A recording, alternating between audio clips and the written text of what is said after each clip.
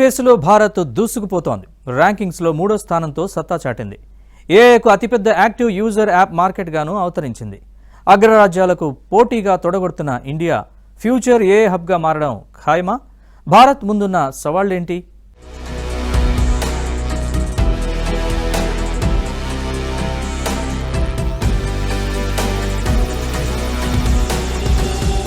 AI artificial intelligence ఇప్పుడు ప్రపంచవ్యాప్తంగా అన్ని రంగాల్లోనూ దీనిదే హవా. నిజానికి ఒకప్పుడు టెక్నాలజీ అంటే జపాన్, చైనా లాంటి దేశాలే ముందు గుర్తుకు వచ్చేవి. కానీ ఇప్పుడు రోజులు మారాయి. ఏఐ టెక్నాలజీ రాజ్యమేలుతున్న ఈ రోజుల్లో రేస్లోకి భారత్ దూసుకొచ్చింది. ఏఐ ర్యాంకింగ్స్లో 3వ స్థానంతో సత్తా చాటింది. గతంతో పోలిస్తే భారత్ 4 స్థానాలు ఎగబాకింది. టాలెంట్ ఎవరి సొత్తు కాదని నిరూపించింది. ఏఐకి సంబంధించి పరిశోధన, అభివృద్ధి, బాధ్యతాయుత ప్రవర్తన, ఆర్థిక వ్యవస్థ, నైపుణ్యాలు, విధాన నిర్ణయాల అమలు, ప్రజాభిప్రాయం, మౌలిక వసతులు వంటి అంశాల ఆధారంగా గతేడాది వ్యవధిలో వచ్చిన మార్పులను పరిగణలోకి తీసుకుని స్టాన్ఫోర్డ్ ర్యాంకులను ప్రకటించింది. ఇందులో ఏఐ సాంకేతిక అభివృద్ధి, వినియోగంలో అంతర్జాతీయంగా భారత్ 3వ స్థానాన్ని కైవసం చేసుకుంది.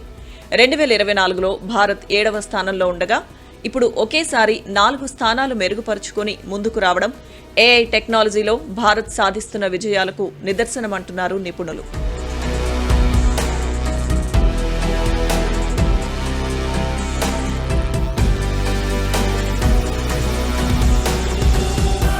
స్టాన్ఫోర్డ్ యూనివర్సిటీ ప్రకటించిన ర్యాంకుల జాబితాలో అమెరికా 78.6 స్కోరుతో తొలి స్థానంలో నిలిచింది.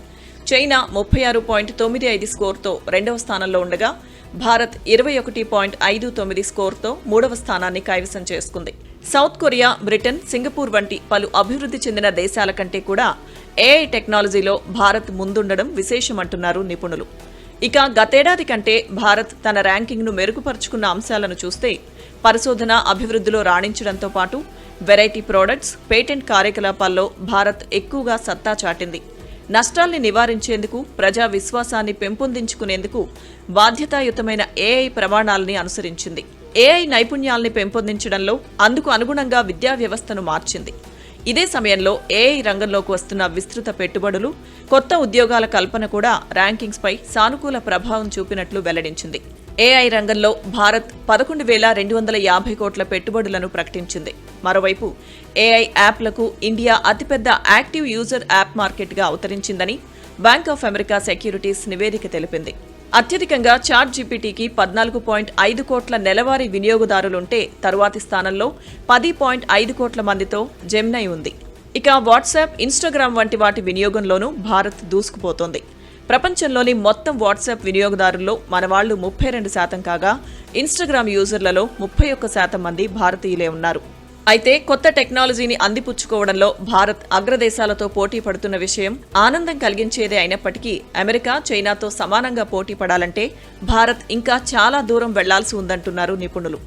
రాబోయే కొన్నేళ్లకు సంబంధించి భారత్లో ఏఐ మౌలిక సదుపాయాల కోసం $1 బిలియన్ పెట్టుబడులకు గ్లోబల్ కంపెనీలు ముందుకొస్తున్నాయి.